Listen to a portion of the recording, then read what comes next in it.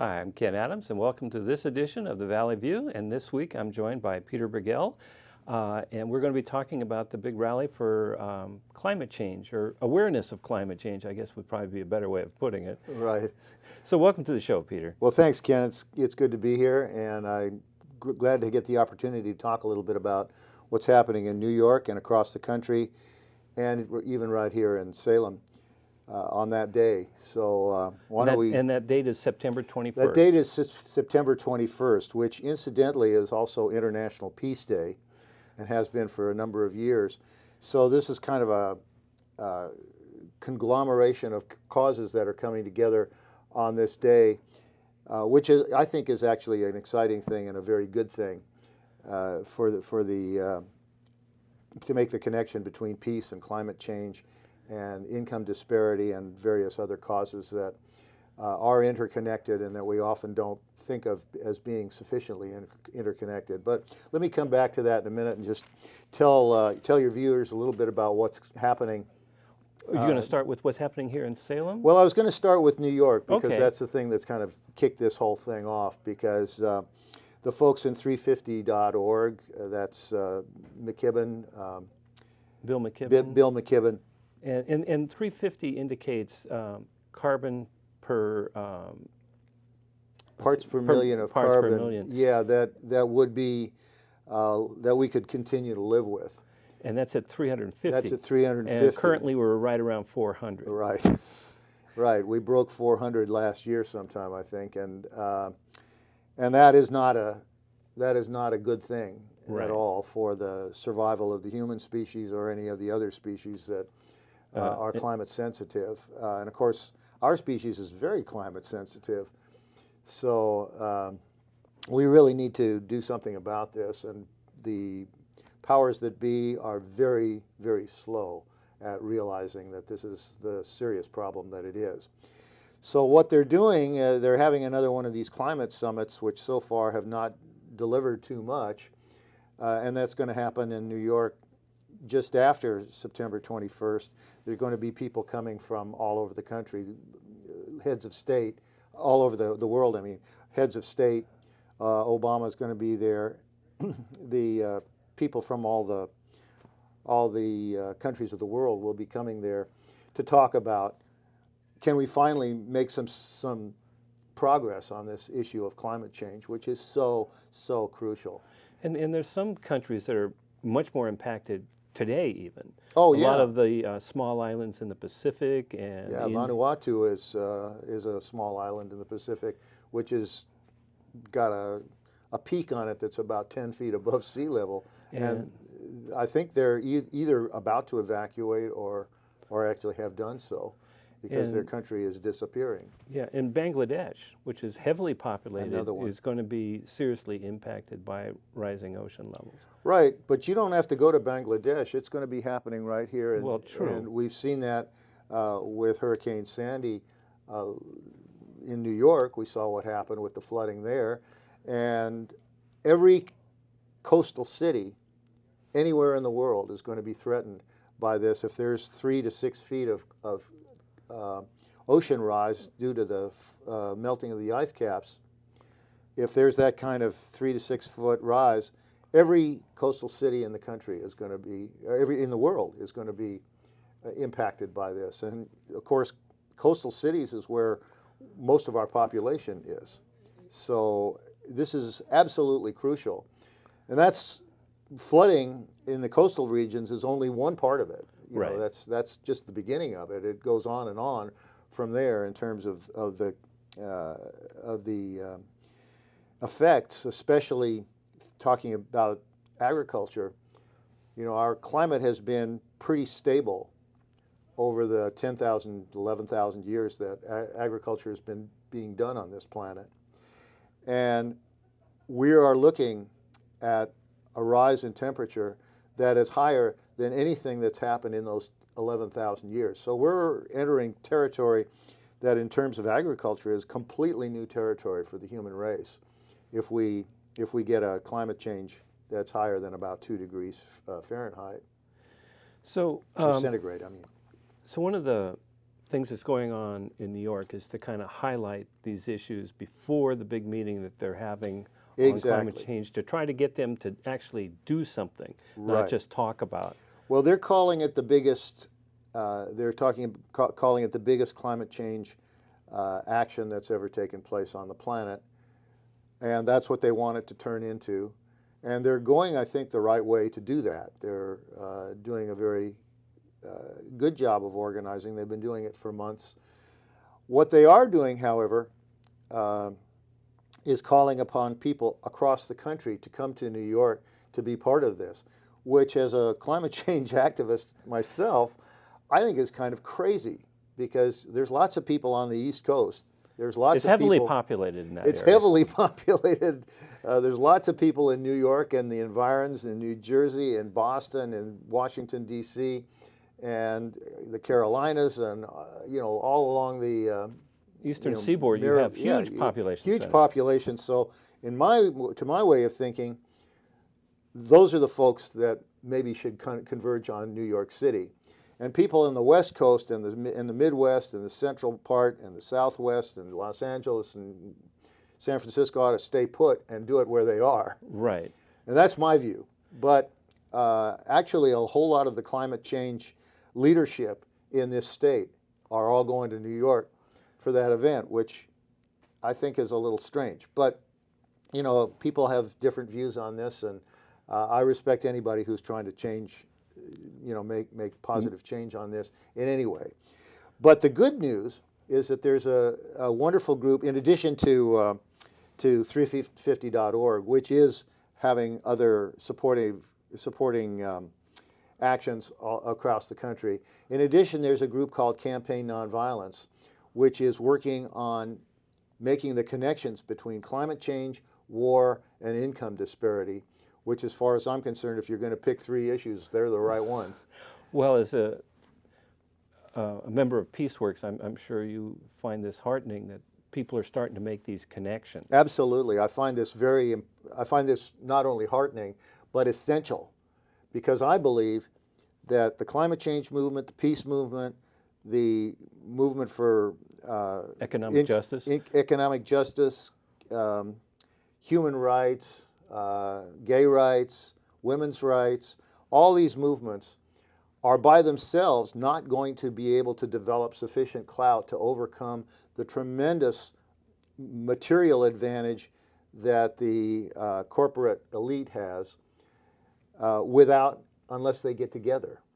If they get together, then I think they'll be able to build up the political strength, the political clout that we need to be able to make these changes, and we need changes in all these areas. It's not just one or two or three. All these areas have to change. We can't continue to spend tons and tons of money on nuclear weapons and expect not to have at some point a nuclear war.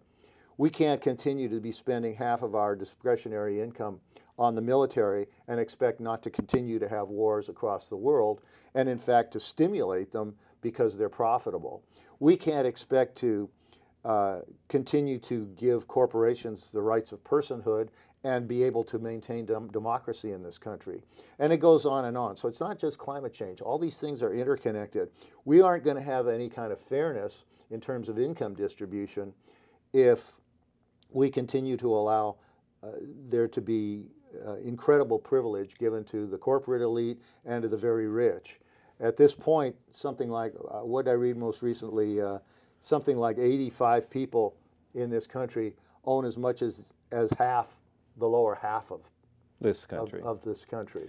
So 85 people have more financial clout than half of our population or equal to it. And that's crazy. I mean, you can't have democracy under those conditions. You can't have a country that observes the Bill of Rights if you have that kind of income disparity.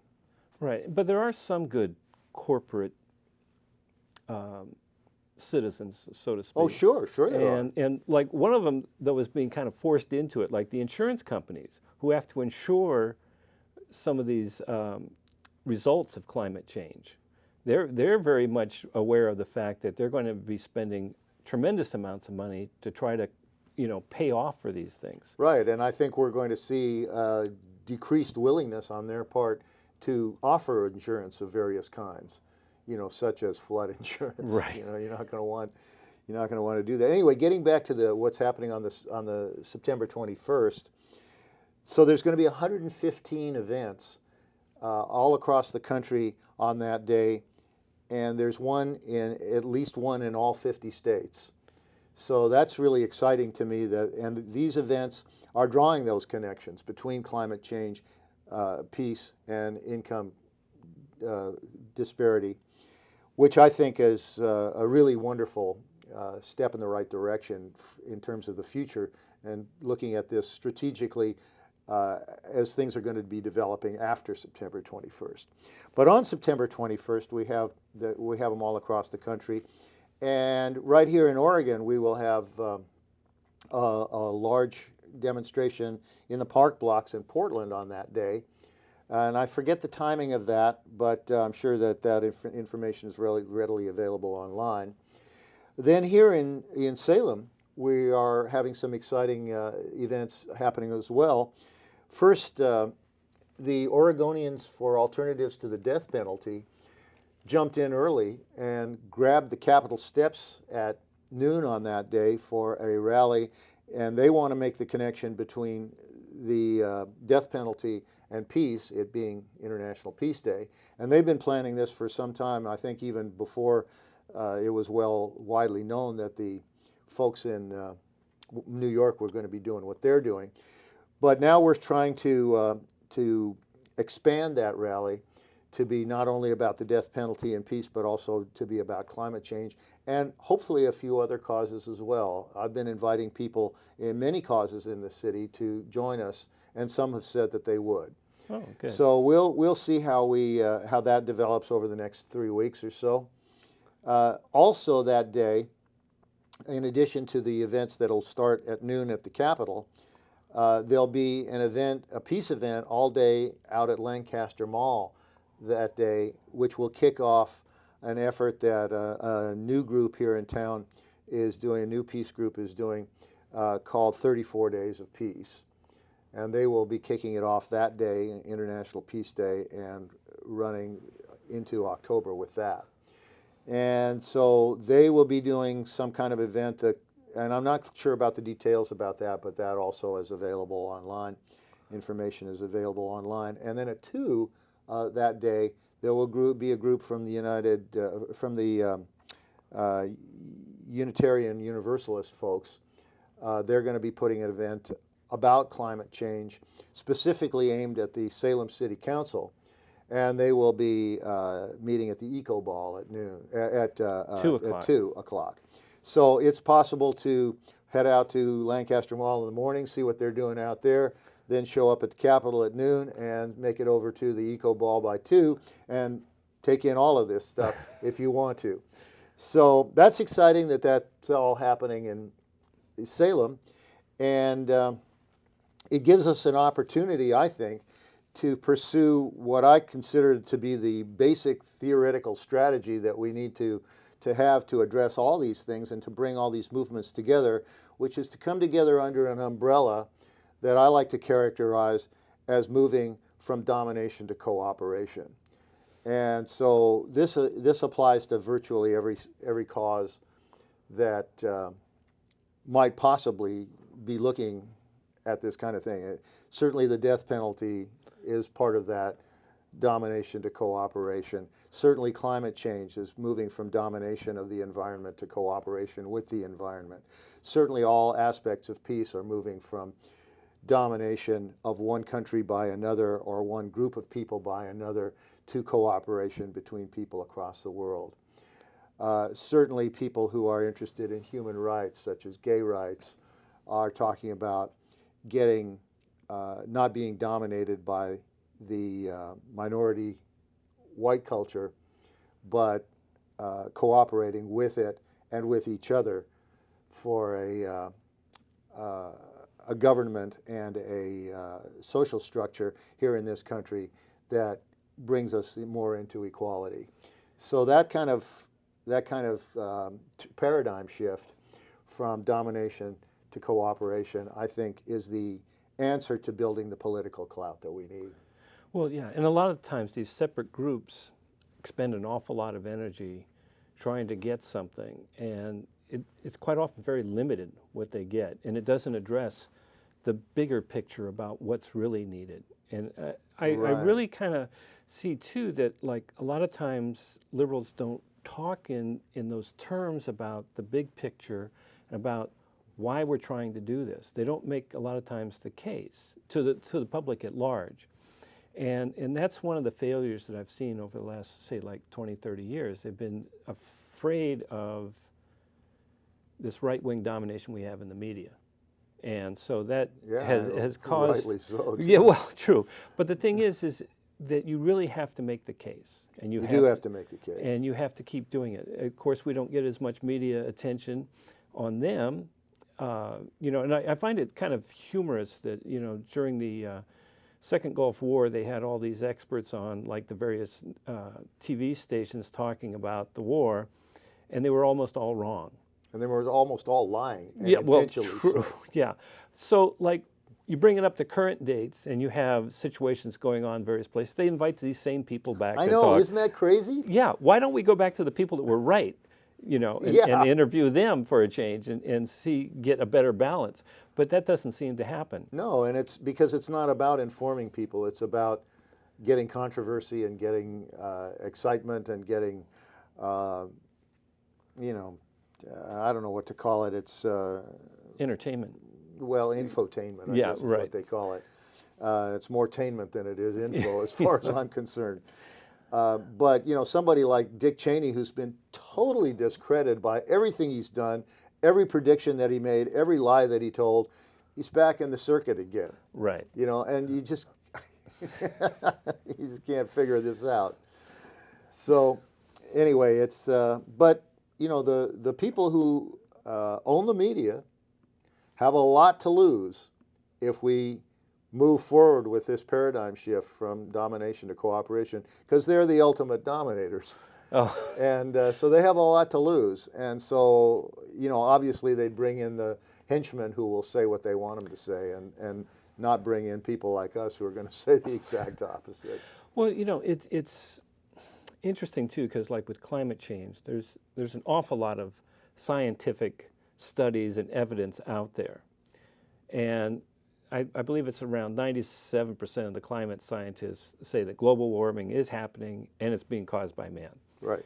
But when you look at the media, it's more represented like 50-50. Right. And so somebody did a little kind of impromptu thing where they had 97 scientists talking against 3. And so I thought that was more realistic, but, you know, they won't be doing that. But the thing is there's still a lot of people out there that have been misinformed by the media. So we do need to make the case about what the problem is with climate change. And that's one of the reasons why I brought up about the 350 parts per million about carbon, because that's a scientific fact. And they've been measuring this since the late 50s. And at that time, I believe it was right around 300 or something of that nature. And so now, we've come and increased it by a third. Right. During that 50, 60-year period. And so that's a huge increase. And this is, other than going back to, like, the age of the dinosaurs, when different things were happening, this is a huge amount of carbon in the atmosphere compared to what we've ever seen in the past. That's right. And the last time that the planet was as hot as it is fixing to be, if we keep going the way we're going right now, was about 800,000 years ago. And so this is something to think about. You know, never in recorded human experience has it been as hot as it's looking like it's going to be by mid-century if we don't do something about it. And so never in, as I was saying before, never in the agricultural history of the human race have we had anything like this. And we're already seeing the pattern shifting. I can see it in my own garden. You know, Right. I can see it in my own garden. Everything this year is earlier. And all out of the top 10 hottest years on record, I think 9 of them have been in the last 10 years. Yeah, with the 10th one being the previous decade.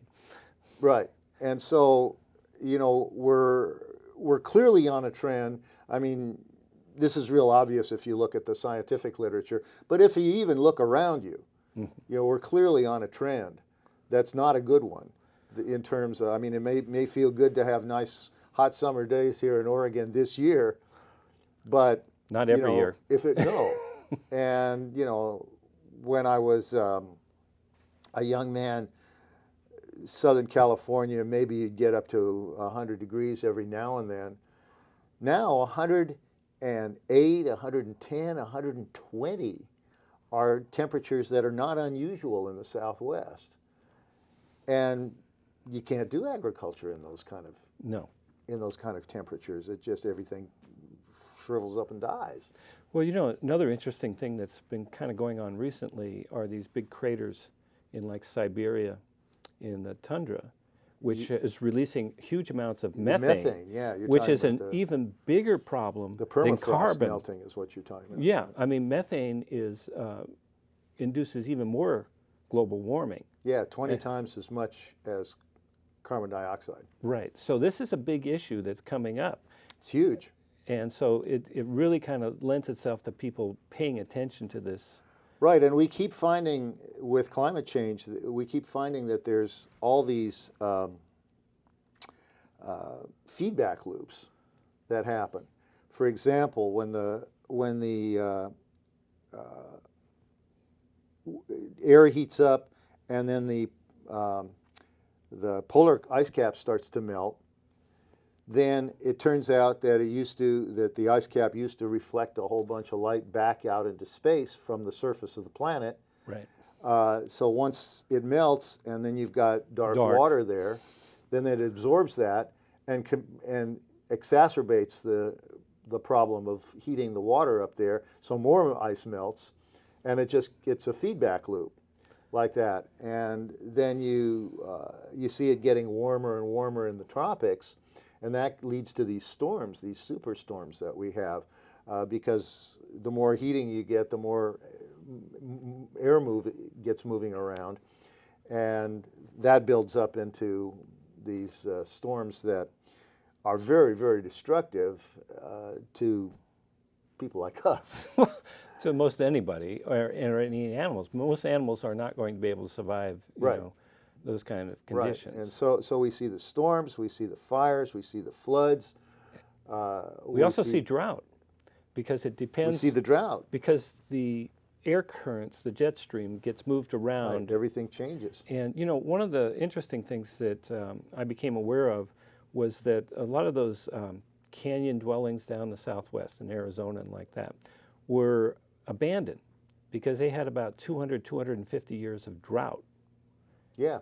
And so, and that was during what they call the Middle Age warming period, and it wasn't global in effect. There were certain places that were affected, and the southwest of this country was affected, and like that's when Greenland was inhabited by you know, Danish explorers and like that, because it was inhabitable at that point. Right.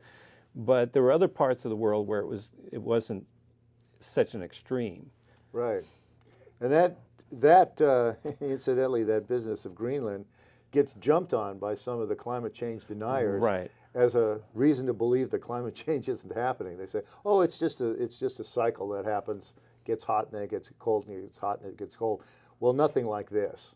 Right. Nothing like what we're heading into right now, because our records do go back way further than that, and they show us that we've been doing. Yeah, we have been doing a lot of that.